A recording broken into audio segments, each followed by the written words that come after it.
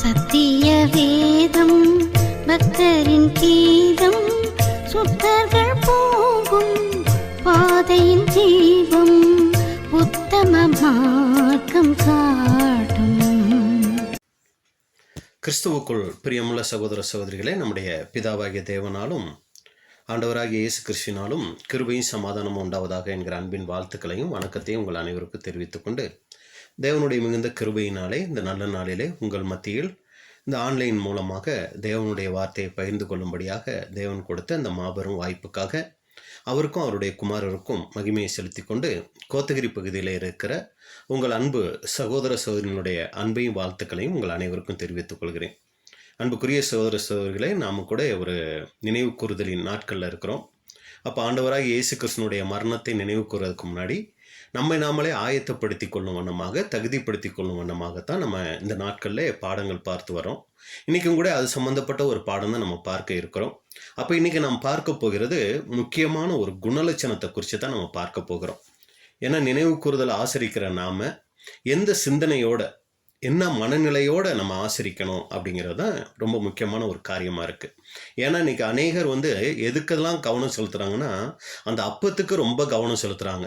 எப்படியாவது நான் அந்த அப்பத்தை புசிச்சிடணும், வருஷத்தில் ஒரு நாள் அந்த அப்பத்தை நான் எப்படியாவது புசிச்சிடணும் அப்படிங்கிறதுக்கு நிறைய பேர் ரொம்ப அக்கறை காமிக்கிறாங்க.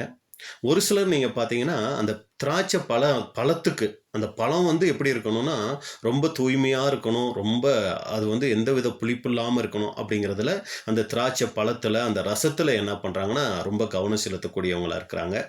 ஒரு சிலர் பார்த்தீங்கன்னா அந்த நாளுக்கும் நேரத்துக்கும் ரொம்ப கவனம் செலுத்துவாங்க. கரெக்டாக அந்த டைம் இதில் ரொம்ப கவனம் செலுத்துவாங்க. இதெல்லாம் தவறான்னு பார்த்தா இல்லைங்க, ரொம்ப ரொம்ப நல்ல விஷயங்கள் தான்.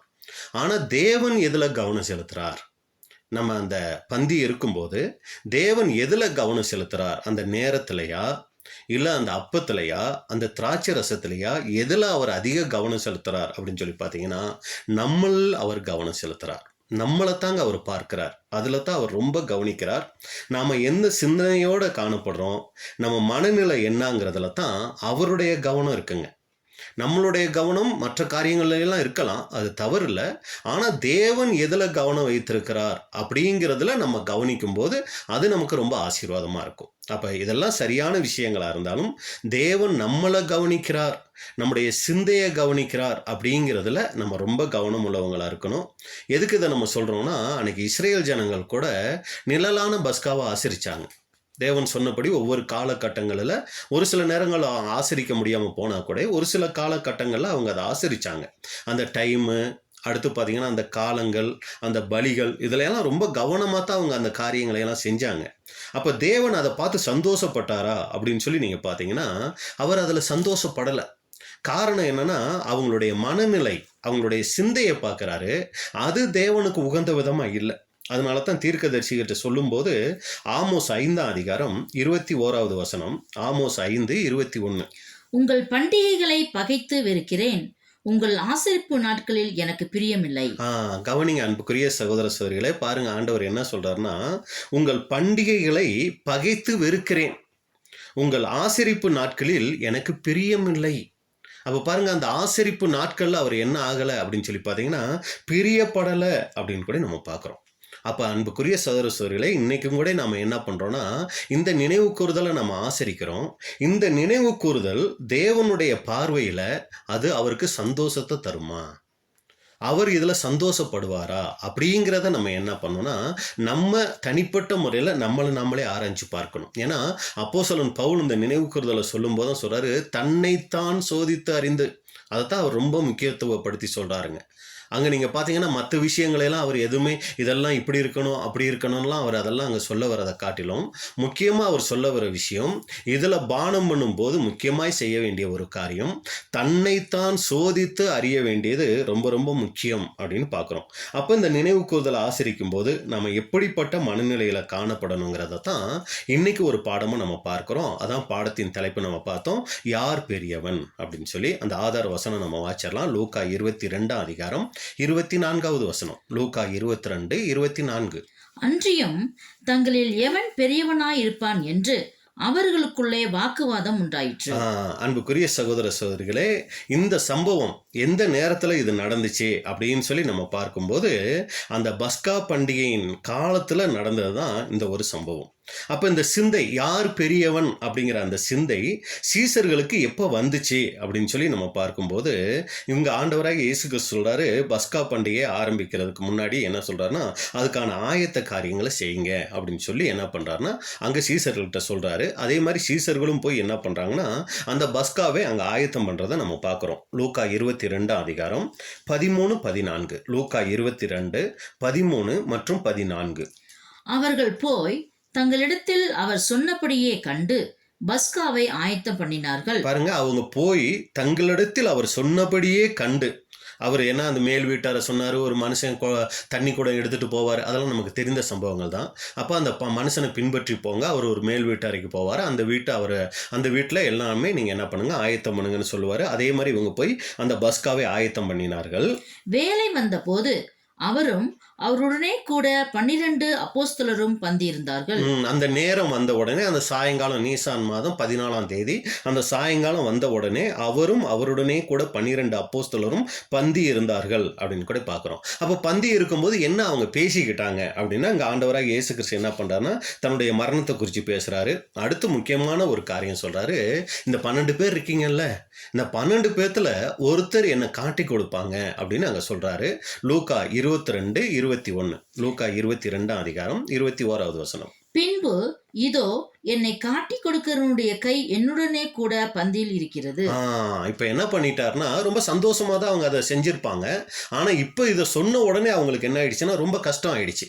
12 பேர் இருக்கீங்க, இந்த 12 பேர்த்துல ஒருத்தர் தான் என்னை காட்டி கொடுக்க போறீங்க அப்படின்னு சொன்ன உடனே அவங்களுக்கு என்ன ஆயிடுச்சுன்னா ஒரு மிகப்பெரிய துக்கம் அவங்களுக்குள்ள வந்துருச்சு. மத்தேயு 26 அதிகாரம் 22வது வசனம். மத்தேயு 26-22. அப்பொழுது அவர்கள் மிகவும் துக்கமடைந்து அவரை நோக்கி, ஆண்டவரே, நானோ என்று ஒவ்வொருவராய் கேட்க தொடங்கினார்கள். பாருங்க எவ்வளவு ஒரு அருமையான ஒரு விஷயம். அப்பொழுது அவர்கள் மிகவும் துக்கம் அடைந்து, இதை சொன்ன உடனே அவங்க மனசு ரொம்ப கஷ்டம் ஆயிடுச்சு.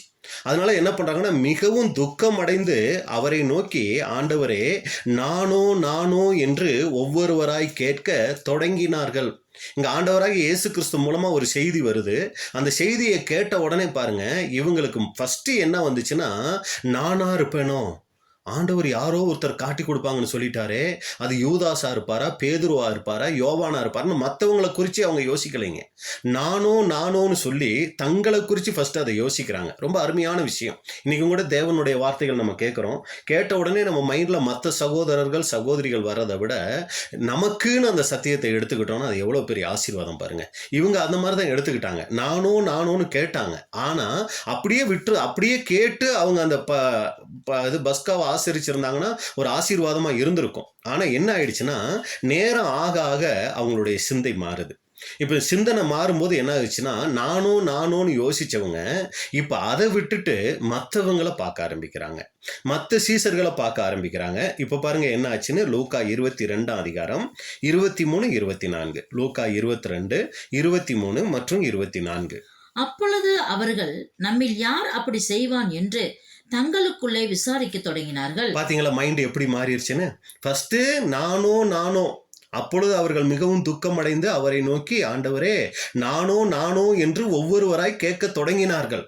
இது நல்ல விஷயம். ஆனா கொஞ்ச நேரம் ஆக பாருங்க என்ன ஆயிடுச்சுன்னா தங்களை பார்க்கறத விட்டுட்டு இப்ப மற்றவங்களை பார்க்க ஆரம்பிச்சிட்டாங்க. இப்ப என்ன ஆயிடுச்சு, அப்பொழுது அவர்கள் நம்மில் யார் அப்படி செய்வான் என்று தங்களுக்குள்ளே விசாரிக்க தொடங்கினார்களாம். ஒருத்தருக்குள்ள ஒருத்தர் என்ன பண்றாங்கன்னா விசாரிக்க ஆரம்பிக்கிறாங்க. இந்த விசாரிக்க ஆரம்பிச்சதுனால என்ன தெரியுங்களா ஆச்சு, இப்ப பாருங்க 22-24.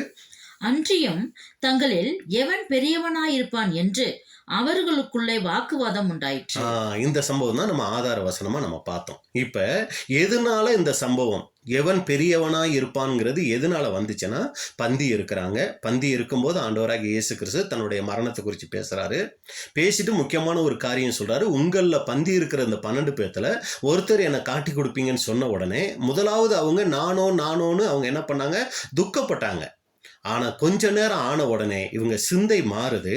உடனே மற்றவங்களை யோசிக்க ஆரம்பிக்கிறாங்க.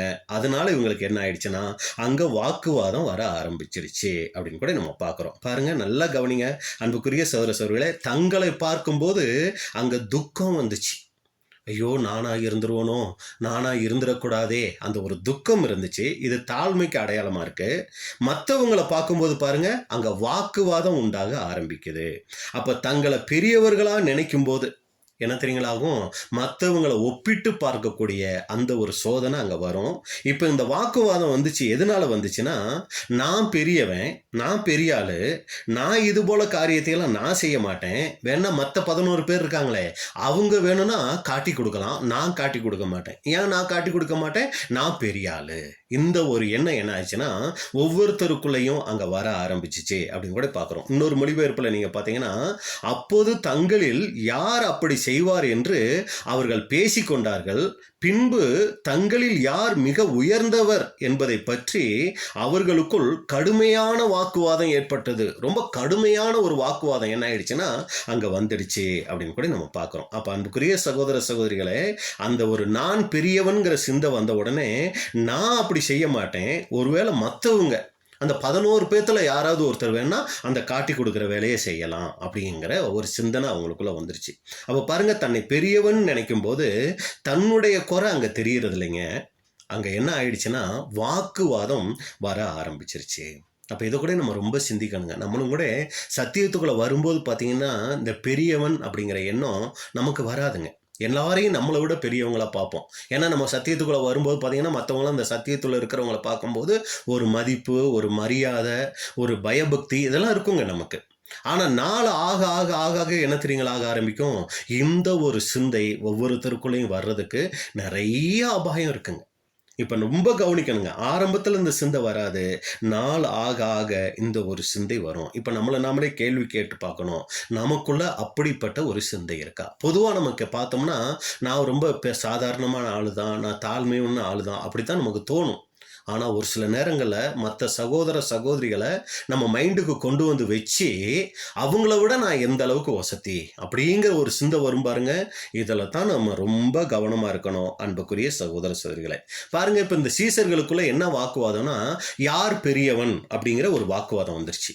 இப்போ இந்த பந்தி இருக்கும்போது தான் இந்த எண்ணம் இவங்களுக்கு வந்துச்சா, இதுக்கு முன்னாடியே இவங்க அந்த ஒரு மைண்டில் இருந்தாங்களா அப்படின்னு சொல்லி நீங்கள் பார்த்தீங்கன்னா ஏற்கனவே இவங்களுக்குள்ள அந்த ஒரு மைண்டு வந்து தான் இருந்துச்சுங்க. பாருங்க, ஒரு சில வசனங்கள் நம்ம பார்க்கலாம்.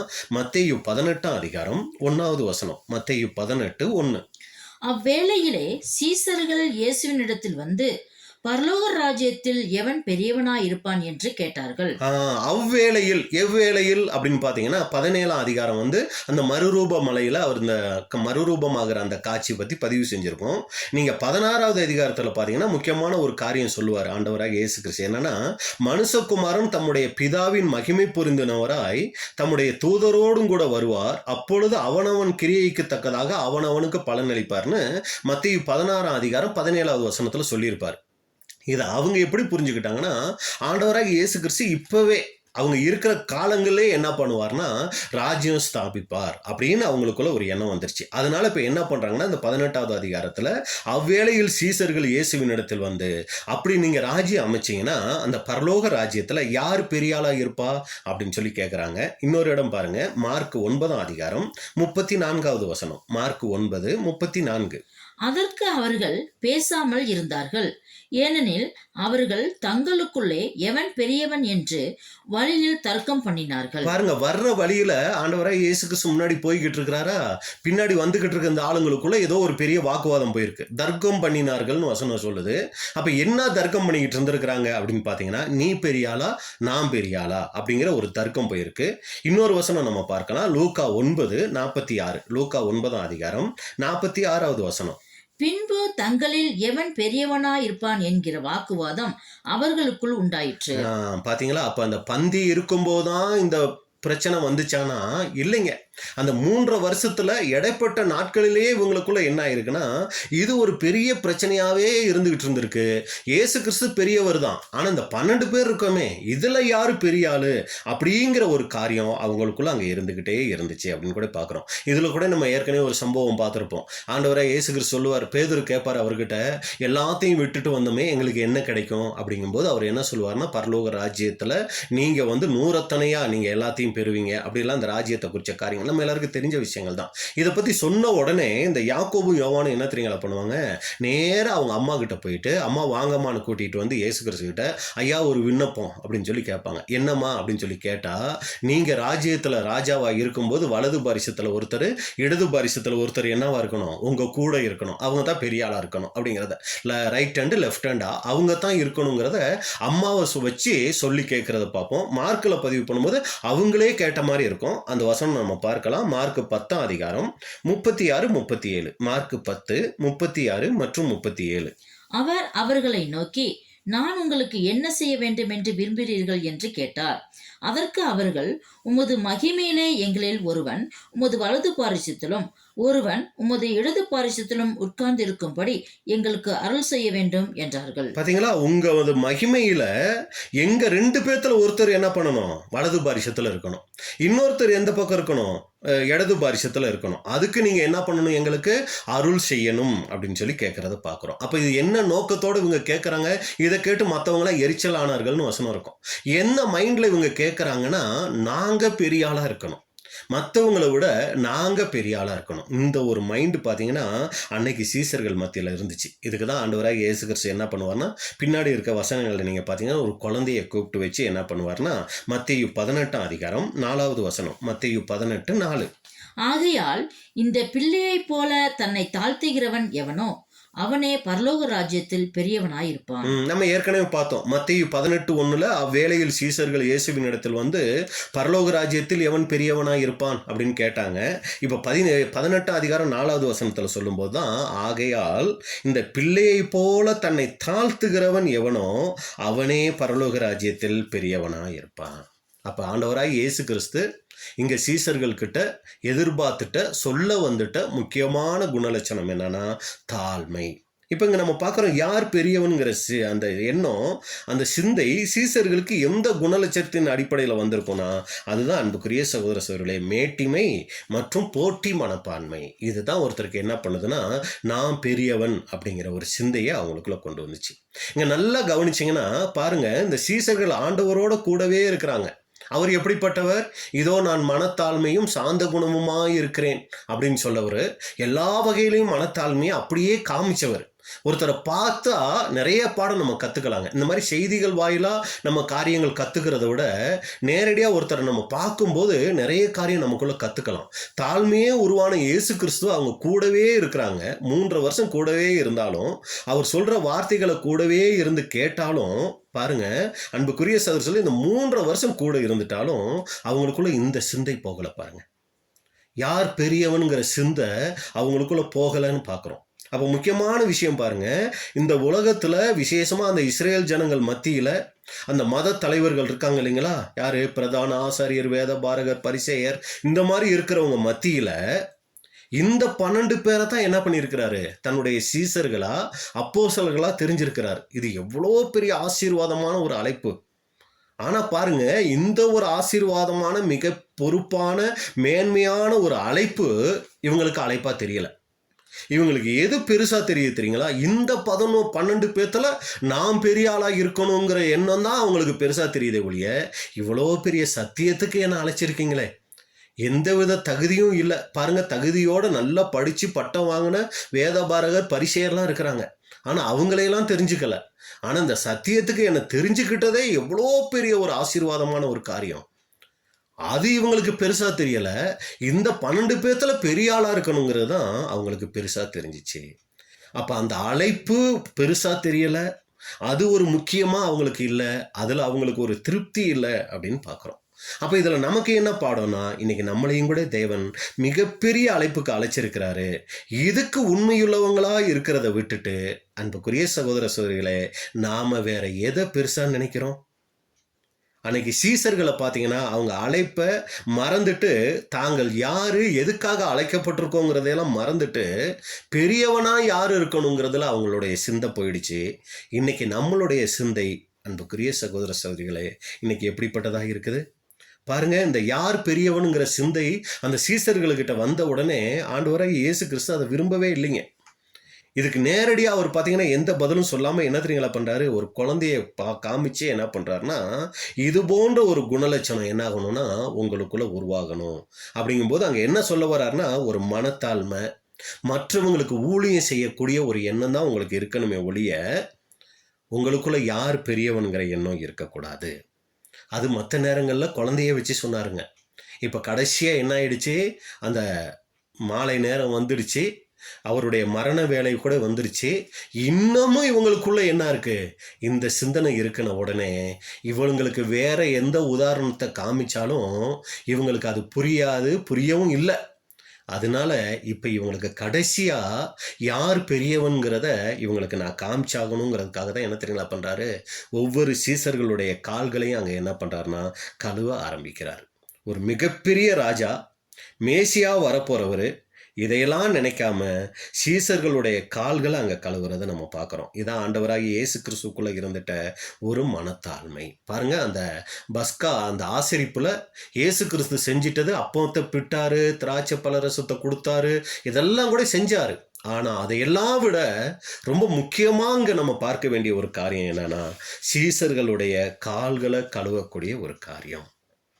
இதுதான் அன்புக்குரிய சகோதர சகோதரிகளே அங்கே அவர் செய்துட்ட ரொம்ப முக்கியமான ஒரு காரியமாக இருக்குது. அப்போ நம்மளும் கூட என்ன பண்ணணும்னா, இந்த ஆண்டவராகி இயேசு கிறிஸ்துவினுடைய மரணத்தை நினைவு கூறும்போது நமக்குள்ள அப்படிப்பட்டதான ஒரு மனத்தாழ்மை, மற்றவர்களை நம்மை விட உயர்வாக நினைக்கக்கூடிய ஒரு சிந்தை எனக்குள்ள இருக்கா அப்படிங்கிறத நம்ம என்ன பண்ணோம்னா, நம்மளை நாமளே சுய பரிசோதனை செய்யக்கூடியவங்களா இந்த காலகட்டத்தில் ரொம்ப முக்கியமாக இருக்கணும். ஏன்னா நம்ம ஊழியம் செய்கிறதுல எந்த தடையும் வராதுங்க, சத்தியம் பேசுறதுல எந்த தடையும் வராதுங்க. ஒரு சில நேரங்களில் வரலாம், ஆனால் அதுக்கெல்லாம் மிகப்பெரிய தடைகள் வராது. ஆனால் இதையெல்லாம் கொடுத்து நான் எவ்வளவு பெரியவன் தெரியுமா அப்படிங்கிற சிந்தையை கொடுத்துட்டாலே நாம் செய்கிற எல்லா காரியமும் அதில் அடிபட்டு போயிடுங்க.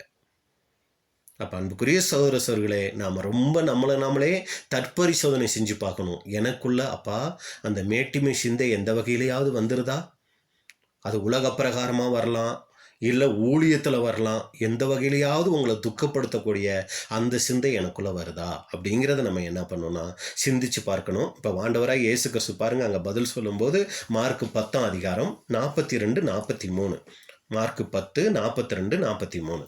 அப்பொழுது இயேசு அவர்களை கிட்ட வர செய்து, பாருங்க, கிட்ட வர சொல்லி யார் பெரியவன் அவங்களுக்குள்ள வந்துருச்சு இல்லைங்களா, அதுக்கு என்ன பண்றாருன்னா கிட்ட வர செஞ்சு, புறஜாதியாருக்கு அதிகாரிகளாக எண்ணப்பட்டவர்கள் அவர்களை இருமாப்பாய் ஆளுகிறார்கள் என்றும், இந்த உலகத்துல இருக்கிறவங்க தான் பெரிய ஆளுங்கிற ஆளு என்ன பண்ணுவார்னா மற்றவங்களை இருமாப்பா ஆளுவாங்க, அப்பதான் அவங்க பெரிய ஆள் அப்படிங்கிறத காமிச்சிக்க முடியும். அவர்களில் பெரியவர்கள் அவர்கள் மேல் கடினமாய் அதிகாரம் செலுத்துகிறார்கள் என்றும் நீங்கள் அறிந்திருக்கிறீர்கள். இதெல்லாம் நீங்க உலகத்துல பாக்குறீங்க, உங்களுக்குள்ளே அப்படி இருக்கலாகாது. நல்லா கவனிங்க, அண்டர்லைன் பண்ண வேண்டிய விஷயம் தெரியுங்களா, உங்களுக்குள்ளே சகோதர சகோதரிகளாகிய நமக்குள்ளே அப்படி இருக்கக்கூடாது. உங்களில் எவனாகிலும் பெரியவனாய் இருக்க விரும்பினால் அவன் உங்களுக்கு பணிவிடைக்காரனாய் இருக்க கடவன். அப்படி யாராவது பெரிய ஆளா இருக்கணும்னு நினைச்சீங்கன்னா அவங்க எப்படி இருக்கணும், பணிவிடைக்காரனாய் இருக்கணும். அப்ப பணிவிடைக்காரனுங்கும் போது ஊழியக்காரன், இன்னொரு வகையில பாத்தீங்கன்னா சேவை செய்கிறவன். இது ஒரு சில மொழிபெயர்ப்புகளை என்னன்னு தெரியுங்களா வருதான், அடிமை அப்படின்னு வருதான். எது அடிமைன்னு எப்படி நம்ம சொல்லலாம்னா, ஆண்டவராக இயேசு கிறிஸ்துவ என்ன பண்ணிட்டாருங்க, சீசர்களுடைய கால்கள் அங்கே கழுவி அந்த அடிமை ஸ்தானத்தை தான் எடுத்துட்டார். இதை தான் நம்ம பிலிப்பியர் 2:7 பார்க்குறோம். தம்மை தாமே வெறுமை ஆக்கி அடிமையின் ரூபம் எடுத்து மனுஷர் சாயலானார்.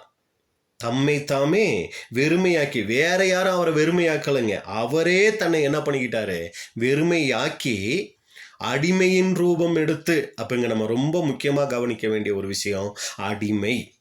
அப்போ ஊழியக்காரனுக்கும் அடிமைக்கும் என்ன பிரதர் வித்தியாசம் அப்படின்னு சொல்லி கேட்டோம்னா, ஊழியக்காரனுக்கும் அடிமைக்கும் என்ன தெரியுங்களா வித்தியாசம், ஊழியக்காரன்னா அதாவது வேலைக்காரன்னா அவருக்கு வேலை செய்கிறதுக்குன்னு ஒரு டைம் இருக்கும். இப்போ நம்ம வீடே இருக்குன்னு வச்சுக்கோமே, உதாரணத்துக்கு நம்ம ஒரு வேலைக்காரர் வச்சுருந்தோம்னா அந்த வேலைக்காரர் என்ன தெரியுங்களா பண்ணுவார், காலையில் 9 மணினா 9 மணிக்கு வேலைக்கு வருவார், சாயங்காலம் 5 மணியா கரெக்டாக டைம் பார்த்து வேலையை முடிச்சுட்டு அவர் போய்கிட்டே இருப்பார்.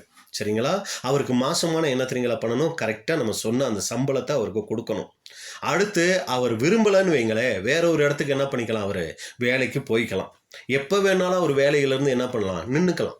சரிங்களா? ஆனால் அடிமைங்கும்போது அவருக்கு வேலை செய்கிறதுல டைம் கிடையாது, அவர் செய்கிற வேலைக்கு சம்பளம் கிடையாது, அவருக்குன்னு சொந்த விருப்பம் வெறுப்புகள் எதுவுமே அவருக்கு இருக்காது. சாகிற வரைக்கும் அவர் என்ன தெரியுங்களா? அவருக்கு ரிட்டைர்மெண்ட்லாம் கிடையாதுங்க.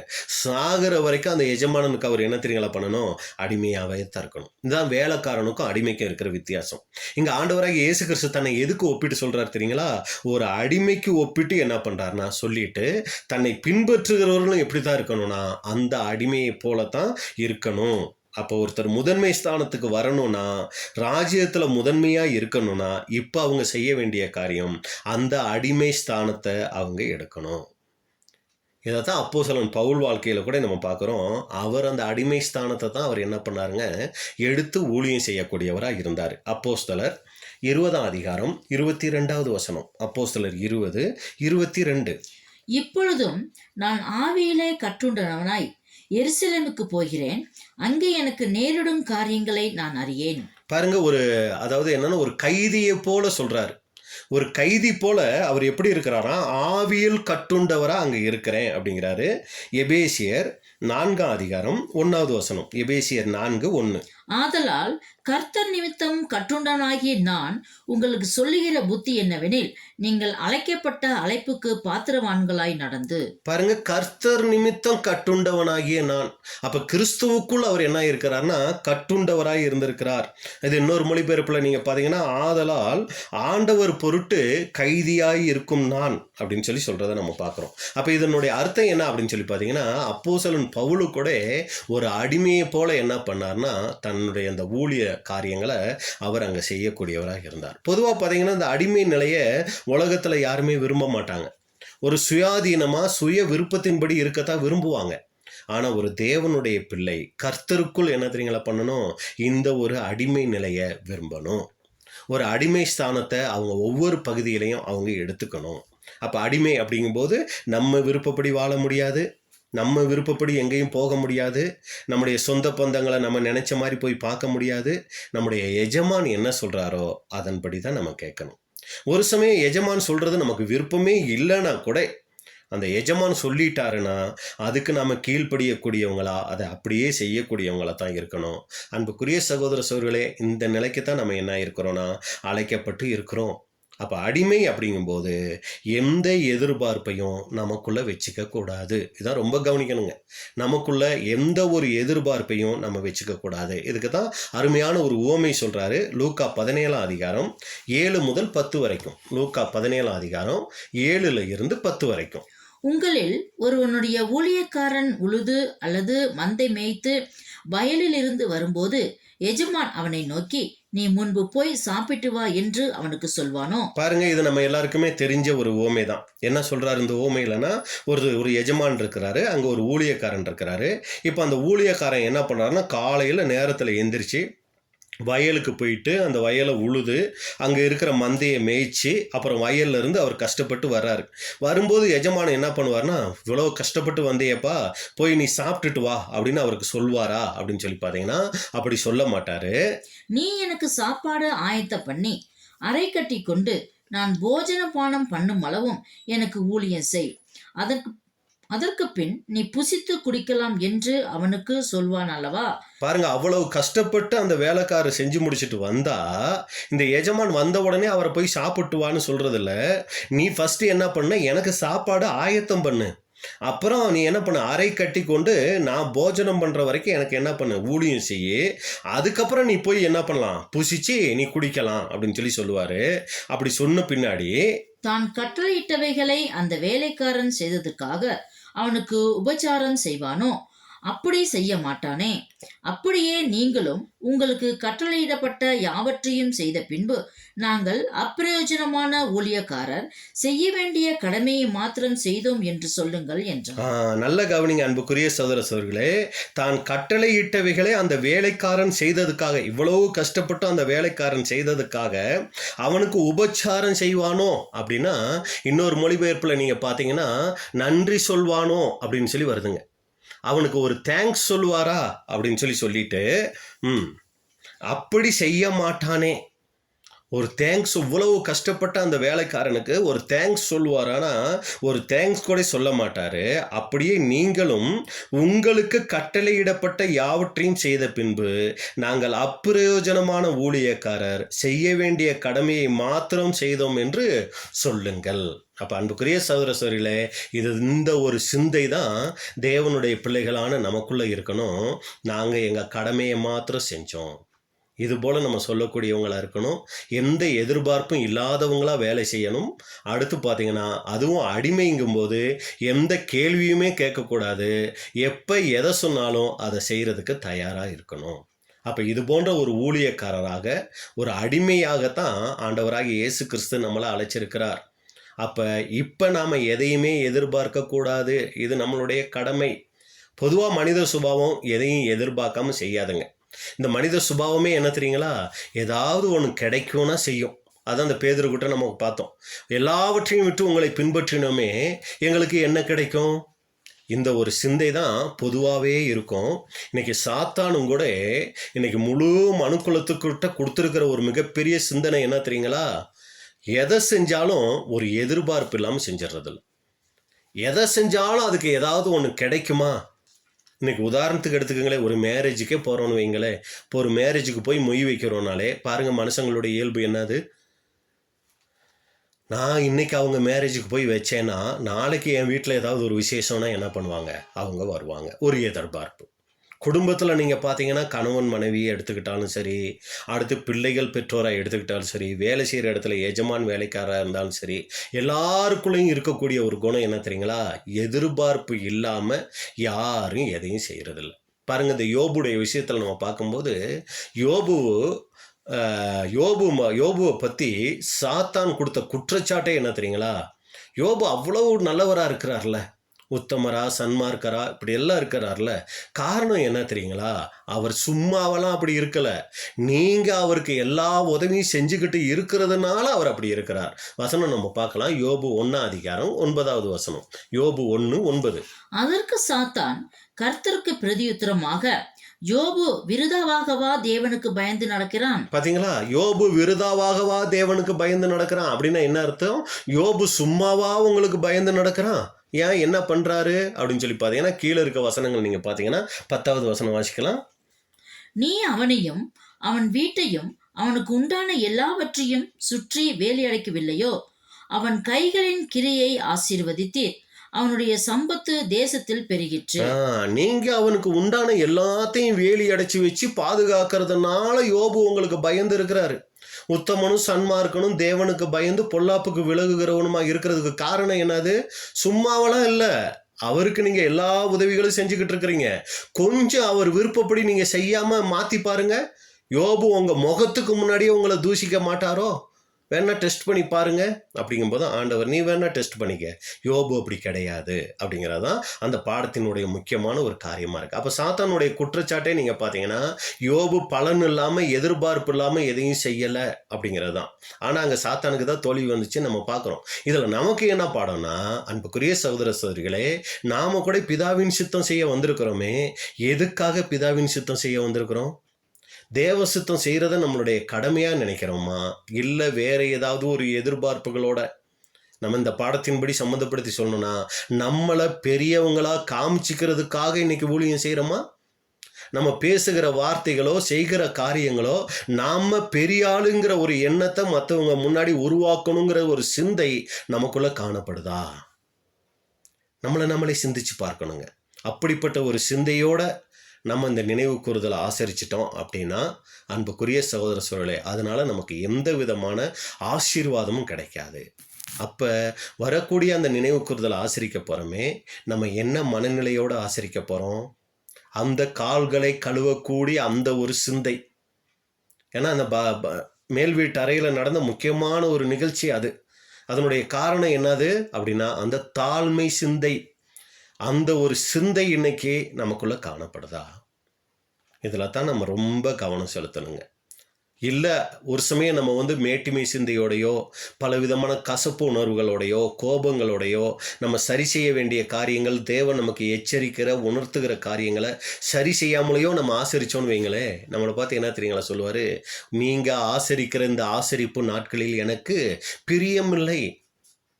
ரொம்ப கவனமாக நாள் பார்த்தீங்க. பல வாரங்களாக இதுக்குன்னு நீங்கள் பல பாடங்களை கேட்டு உங்களை ஆயத்தம் பண்ணுனீங்க. ரொம்ப தகுதியைத்தான் படுத்திக்கிட்டீங்க. ஒரு சிலர் உபவாசம் கூட இருந்தீங்க. அதிகமாக இதுக்காக நீங்கள் ஜெபம் பண்ணீங்க. சரியா? அந்த நாள் ரொம்ப பயபக்தியோடு உட்கார்ந்தீங்க. ரொம்ப பயபக்தியாக பாடல்கள் பாடுனீங்க, என்னை மகிமைப்படுத்துனீங்க, ஆசரிச்சிங்க. ஆனால் நீங்கள் ஆசரிக்கிற அந்த ஆசரிப்பில் எனக்கு பிரியமில்லை.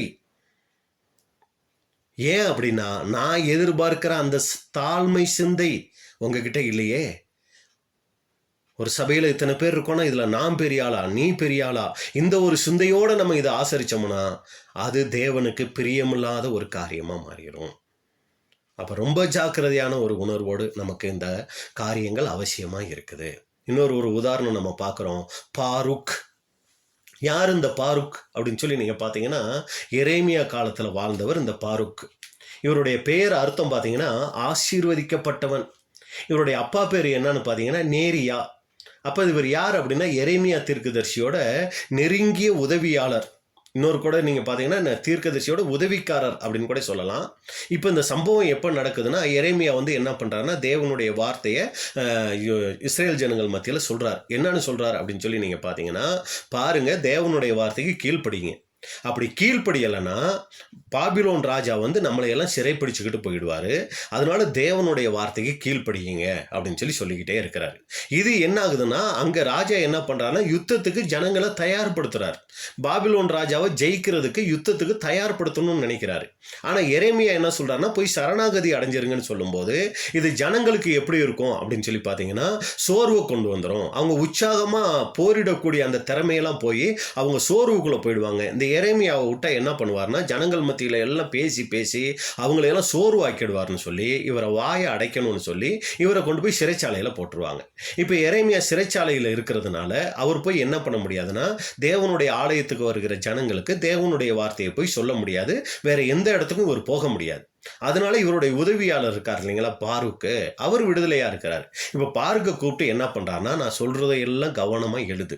இதையெல்லாம் எழுதி என்ன பண்ணுனா தேவனுடைய ஆலயத்துக்கு போ, அங்க போய் நின்னுக்க, அங்க வர்ற ஜனங்களுக்கிட்ட எல்லாம் என்ன பண்ணுனா இதை பத்தி நீ என்ன பண்ணுனா பேசு அப்படின்னு சொல்லுவாரு. நம்ம வசனம் வாசிக்கலாம். எரேமியா 36 அதிகாரம் 4 முதல் 8 வரைக்கும். எரேமியா 36 4 முதல் 8 வரைக்கும். அப்பொழுது எரேமியா நேரியாவின் குமாரனாகிய பாருக்கை அழைத்தான். பாருக்கு என்பவன் கர்த்தர் எரேமியாவுடனே சொல்லி வந்த எல்லா வார்த்தைகளையும் அவன் வாய் சொல்ல ஒரு புஸ்தக சுருளில் எழுதினான். இப்ப ஆண்டவர் யாருக்கிட்ட சொல்றாரு? எரேமியா கிட்ட சொல்றாரு. நல்லா கவனிங்க, எரேமியா கிட்ட ஆண்டவர் சொல்றாரு. இப்ப எரேமியா அதை யாருக்கு சொல்றாருன்னா பாருக்குக்கு சொல்றாரு. அப்ப பாருக்கு எரேமியா சொல்ல பாருக்கு என்ன பண்றாருன்னா அதையெல்லாம் ஒரு புத்தக சுருள்ல எழுதுறாரு. இப்ப எழுதி முடிச்ச பின்பு எரேமியா பாருக்கை நோக்கி, நான் அடைக்கப்பட்டவன், நான் கர்த்தருடைய ஆலயத்துக்குள் பிரவேசிக்க கூடாது. நான் இங்க அடைக்கப்பட்டிருக்கிறேன், நான் ஜெயில இருக்கிறேன், அதனால நான் தேவனுடைய ஆலயத்துக்கு போக முடியாது. நீ உள்ளே பிரவேசித்து என் வாய் சொல்ல நீ எழுதின சுருளில் உள்ள கர்த்தருடைய வார்த்தைகளை கர்த்தருடைய ஆலயத்தில் உபவாச நாளிலே ஜனங்களுடைய செவிகள் கேட்க வாசிப்பதுமன்றி தங்கள் பட்டணங்களில் இருந்து வருகிற எல்லா யூதா கோத்திரத்தாரும் கேட்கும்படி அவைகளை வாசிப்பாயாக. அந்த உபவாச நாள்ல நீ என்ன பண்ணுனா ஆலயத்துக்கு போ, அந்த ஜனங்கள் எல்லாருக்கிட்டையும் இந்த தேவனுடைய வார்த்தைகளை நான் உனக்கு சொன்ன அந்த காரியங்களை எல்லாம் அவங்க கிட்ட நீ சொல்லு அப்படின்னு கூட சொல்றாரு. ஒருவேளை அவர்கள் கர்த்தருடைய முகத்துக்கு முன்பாக பணிந்து விண்ணப்பம் பண்ணி அவரவர் தங்கள் பொல்லாத வழியை விட்டு திரும்புவார்கள். எதுக்காக இதை நீ போய் செய்யற அப்படின்னு சொல்லி பார்த்தா இதை கேட்டு ஒருவேளை அவங்களுடைய பொல்லாத வழிகளை எல்லாம் விட்டு திரும்புவாங்க அப்படிங்கறதுக்காக என்ன பண்றாருன்னா தேவனுடைய வார்த்தைகளை அங்க சொல்ல வைக்கிறாரு. கர்த்தர் இந்த ஜனத்துக்கு விரோதமாக கூறியிருக்கிற கோபமும் உக்கிரமும் பெரியது என்று சொன்னான். ஏன் இதை சொல்றேன்னா, இந்த ஜனங்களுக்கு வரப்போகிற தண்டனை மிக பெருசா இருக்கு. ஆண்டவருடைய கோபம் ரொம்ப பெருசா இருக்கு. அதனால நீ இதை எப்படியாவது போய் இந்த ஜனங்களுக்கு சொல்லு அப்படின்னு சொல்லி எரேமியா சொல்றாரு. சொன்ன உடனே அப்படியே நேரியாவின் குமாரனாகிய பாருக்கு அந்த புஸ்தகத்தில் கர்த்தருடைய ஆலயத்தில் கர்த்தருடைய வார்த்தைகளை வாசிக்கும்படி எரேமியா தீர்க்கதரிசி தனக்கு கற்பித்தபடியெல்லாம் செய்தான். உடனே இந்த உதவியாளர் பாருக்கு என்ன பண்றாரு அப்படின்னா, அதை எல்லாத்தையும் எழுதுனதெல்லாம் போய் வச்சுக்கிட்டு தேவனுடைய ஆலயத்துல போய் நின்று அந்த ஜனங்களுக்கு என்ன பண்றாருன்னா, இந்த தேவனுடைய வார்த்தைகள் பாருங்க, நீங்க தேவனுடைய வார்த்தைக்கு கீழ்ப்படிகலைன்னா உங்களுக்கு இப்படியெல்லாம் நடக்கும்னு சொல்றாரு. இப்படி எரேமியா சொல்லும்போது யூதா ஜனங்கள் மட்டும், இஸ்ரேல் ஜனங்கள் மட்டும் அதை கேட்கலைங்க. அந்த ராஜாக்களும் பிரபுக்களும் என்ன பண்றாங்கன்னா இதையெல்லாம் கேட்கறாங்க. இப்ப பாருங்க, ஜனங்கள் கேட்கறதே ஒரு பெரிய விஷயம். இப்ப பிரபுக்களும் அதை கேட்க ஆரம்பிச்ச உடனே பாருக்கு என்ன தெரியுங்களா ஆரம்பிச்சிட்டாரு, பிரபலம் அடைய ஆரம்பிச்சிட்டாரு. இப்ப அடுத்து நீங்க பாத்தீங்கன்னா, இந்த சுருளை கொண்டு போயிட்டு அந்த யோயாக்கிம் ராஜா கிட்ட கொடுத்தா அவர் என்ன பண்ணுவார்னா, அதை கிழிச்சு என்ன பண்ணுவாருன்னா நெருப்புல போட்டுருவார். இப்ப எரேமியா என்ன தெரியுங்களா பண்ணுவார், மறுபடி பாருக்கை கூப்பிட்டு அதைத்தானே கிழிச்சு போட்டான், இப்ப மறுபடி நான் சொல்றேன் மறுபடி எழுது அப்படின்னு சொல்லி மறுபடி எழுத வச்சு என்ன பண்ணுவார்னா மறுபடி அதை பேச வைப்பார். இப்ப என்ன ஆயிடுச்சு அப்படின்னு சொல்லி நீங்க பாத்தீங்கன்னா, இப்ப தேவனுடைய வார்த்தை நல்லா கவனிங்க, தேவனுடைய வார்த்தை யாருக்கு வந்துச்சு, எரேமியாவுக்கு தான் வந்துச்சு. ஆனா எரேமியா இப்ப வெளியே போக முடியாததுனால இந்த பாருக்கை கூப்பிட்டு என்ன பண்றாருன்னா தேவனுடைய வார்த்தையை வெளியில போய் ஜனங்களுக்கு சொல்ல வைக்கிறார். இப்ப இதை சொன்ன உடனே பாருக்கு என்ன பண்ணும், எரேமியா எனக்கு அவருடைய உதவியாளர், அவர் எனக்கு ஒரு வேலை கொடுத்தார், அந்த வேலையை செஞ்சு முடிச்சேன் அப்படின்னு சொல்லிட்டு இவர் என்ன பண்ணிருக்கணும்னா அமைதியா இருந்திருக்கணுங்க. ஆனா இப்ப தேவனுடைய வார்த்தை எரேமியா சொல்றதுக்கு பதிலா பாருக்கு சொல்ல ஆரம்பிச்சார் இல்லைங்களா. இப்ப இவருக்குள்ள என்ன தெரியுங்களா வர ஆரம்பிச்சிருச்சு, கொஞ்சம் கொஞ்சமா நான் பேசுறத இஸ்ரேல் ஜனங்கள் எல்லாம் கேட்கறாங்க, யூதா ஜனங்கள் எல்லாம் கேட்கறாங்க, அவங்க மட்டுமா கேட்கறாங்க, பிரபுக்களும் சேர்ந்து கேட்கறாங்க. அப்படின்னா நான் ஒரு வார்த்தை சொல்லும் போது அதை மற்றவங்க கேட்கறாங்கன்னா யார் இப்ப பெரிய ஆளு, கேட்கறவங்க பெரிய ஆளா, சொல்றவங்க பெரிய ஆளா, சொல்றவங்க பெரிய ஆள் ஆகிறாங்க இல்லைங்களா. இப்ப பிரபுக்களும் கேட்கறாங்கும் போது இப்ப பார்க்குள்ள லைட்டா என்ன தெரியுங்களா வர ஆரம்பிச்சிச்சு, அந்த ஒரு மேட்டிமையின் சிந்தை வர ஆரம்பிச்சிருச்சு. சரிங்களா. இப்ப அந்த மேட்டிமை சிந்தையின் நிமித்தம் அவருக்குள்ள தன்னை பெரியவனா காட்டிக்கணுங்கிற ஒரு எண்ணம் வர ஆரம்பிச்ச உடனே இப்ப தேவன் என்ன தெரியுங்களா பண்ணிட்டாரு, அவருக்கு ஒரு நோயை அங்க அனுமதிச்சிட்டாரு. இப்போ ஒரு சீக்காகி போச்சு. இப்போ சீக்கான உடனே இப்போ எரேமியா என்ன தெரியுங்களா பண்றாரு பாருக்கு கிட்ட, எரேமியா 45 அதிகாரம் 5வது வசனம், எரேமியா 45:5. நீ உனக்கு பெரிய காரியங்களை தேடுகிறாயோ, தேடாதே, இதோ 3ல இருந்தே வாசிக்கலாம். எரேமியா 45:3ல இருந்தே வாசிங்க. நீ இப்பொழுது எனக்கு ஐயோ, கர்த்தர் என் நோவை சஞ்சலத்தால் வர்த்திக்க பண்ணினார், என் தவிப்பினால் இளைத்தேன், இளைப்பாறுதலை காணாதே போனேன் என்று சொன்னாய் என்கிறார். பாத்தீங்களா, ஒரு சீக்கு வந்துருச்சு. உடனே இவர் என்ன சொல்றாருன்னா, என் நோவை சஞ்சலத்தினால இந்த நோவுனால நான் ஆயிட்டேன் அப்படின்னு சொல்லி ரொம்ப துக்கமா சொல்றாரு. சொன்ன உடனே இதோ நான் கட்டினதையே நான் இருக்கிறேன், நான் நாட்டினதையே நான் பிடுங்குகிறேன், இந்த முழு தேசத்துக்கும் இப்படியே நடக்கும் அப்படின்னு சொல்லிட்டு இப்ப நல்லா கவனிங்க. இந்த பாருக்க பார்த்து என்ன வார்த்தை சொல்றாருன்னா, நீ உனக்கு பெரிய காரியங்களை தேடுகிறாயோ, நீ உனக்கு பெரிய காரியங்களை தேடுகிறாயா, தேடாதே, இதோ மாம்சமான யாவர் மேலும் தீங்கை வரப்பண்ணுகிறேன் என்று கர்த்தர் சொல்லுகிறார். போதுங்க. அப்ப இங்க இது போதும் நமக்கு. நீ உனக்கு பெரிய காரியங்களை தேடுறியா, தேடாத அப்படிங்கிறாரு. அப்ப இதுல நமக்கு என்ன பாடம்னா, அன்புக்குரிய சகோதர சகோதரிகளே, இன்னைக்கு நமக்கும் கூட இதே போல எண்ணம் வர்றதுக்கு வாய்ப்புகள் இருக்கு. பாருங்க, ஊழியங்கள் செய்கிறோம், அந்த ஊழியங்கள் யாருடையது, அந்த சத்தியங்கள் பேசுகிறோம், அந்த சத்தியம் யாருடையது, எல்லாமே இரவல் இல்லைங்களா. தேவன்கிட்ட இருந்து ஆண்டவராக இயேசு கிறிஸ்துக்கிட்ட இருந்து நம்ம பெற்றுக்கிட்டதை தான் ஒரு வேலைக்காரங்களாக இருந்து என்ன பண்ணிக்கிட்டு இருக்கோம், இந்த காரியங்களை நம்ம செஞ்சுக்கிட்டு இருக்கிறோம். இப்போ நமக்குள்ள நான் பெரியவன்கிற எண்ணம் வருதா, மற்றவங்க புகழை தேடக்கூடிய ஒரு அபாயம் நமக்குள்ள வருதா? கண்டிப்பாக வரும். அது செய்யும்போது நம்மளை அறியாமலேயே அந்த ஒரு மேட்டுமை சிந்தை வரும். ஆனால் நாம் ஒத்துக்கொள்ளுகிறோமா? நாம் புகழை தேடாம நம்முடைய நிலையை உணர்ந்து தேவனுக்கு புகழை கொண்டு வரக்கூடியவங்களாக இருக்கிறோமா? இல்லை அன்புக்குரிய சகோதர சகோதரிகளே, நமக்குள்ள அந்த பாருக்கின் ஆவி காணப்படுதா? ஒரு சமயம் நமக்குள்ள அப்படி ஒரு எண்ணங்கள் இருந்தால் தேவனுடைய சமூகத்தில், அப்பா எனக்குள்ள அந்த ஒரு மேட்டுமை சிந்தை அப்பப்போ வருது, என்னை தயவா மன்னிங்க, தாராளமாக ஒத்துக்கலாங்க. ஏன்னா அப்போஸ்தலன் பவுலுடைய வாழ்க்கையில் தேவன் அவருக்கு நிறைய வெளிப்பாடுகள் கொடுத்தாருங்க.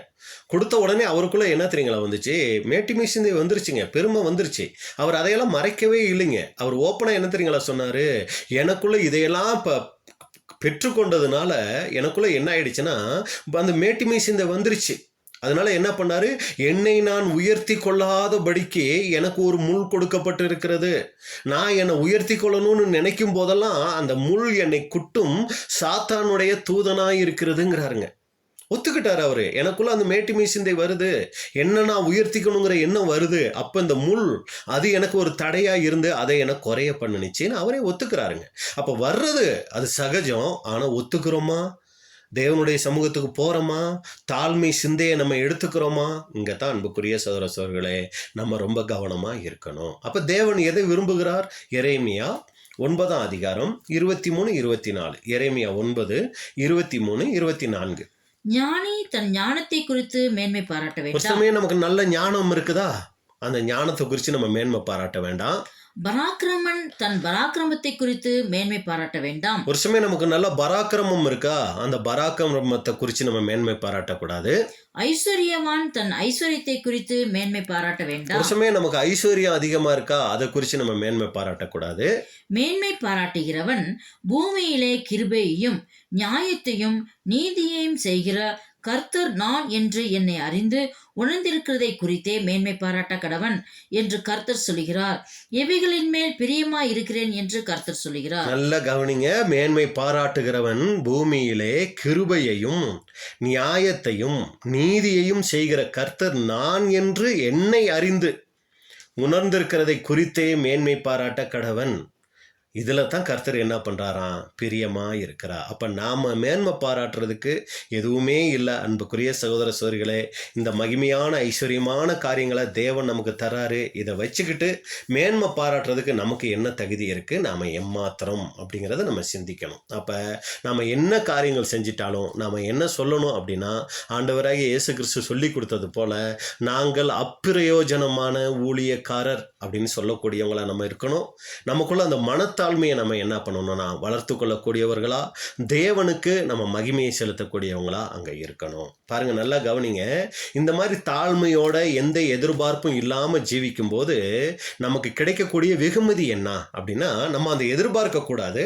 ஆனால் வேதம் நமக்கு கொடுக்கக்கூடிய வெகுமதி என்ன? இப்போ அடிமையை குறித்து பார்த்தோம்.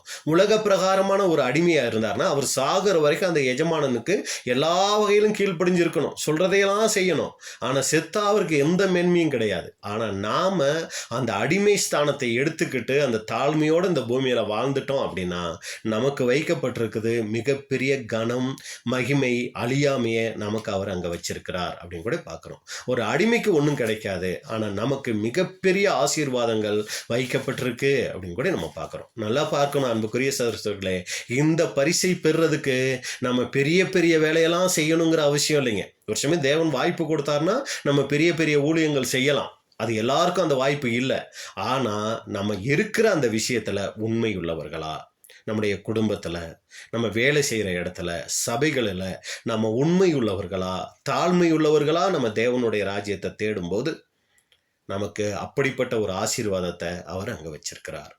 இதுதான் அன்புக்குரிய சகோதர சகோதரர்களே இன்னைக்கு நம்ம பார்த்துட்ட பாடம்.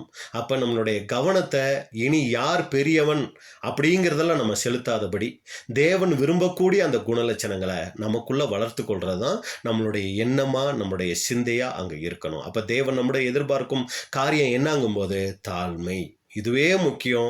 இந்த சிந்தையோடு நம்ம என்ன பண்ணணும்னா வரப்போகிற அந்த நினைவு கூறுதலை நம்ம ஆசரிக்கக்கூடியவங்களா இருக்கணும். அப்போ இன்றைக்கி நம்ம பார்த்துட்ட விஷயம், அன்னைக்கு பாஸ் ஓவர் டைமில் அந்த சீசர்கள்கிட்ட காணப்பட்ட முக்கியமான ஒரு குணலட்சணம் என்னன்னா யார் பெரியவன்கிற சிந்தனை.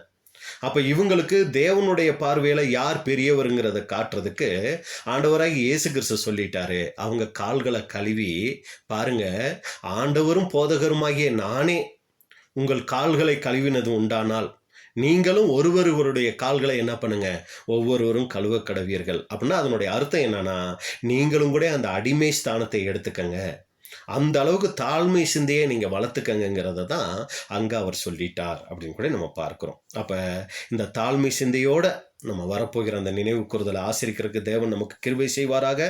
கடைசியாக ஒரு வசனம் வாசித்து நம்ம முடிக்கலாம். மீகா 6ஆம் அதிகாரம் 8வது வசனம். மீகா 6:8. மனுஷனே, நன்மை இன்னதென்று அவர் உனக்கு அறிவித்திருக்கிறார்.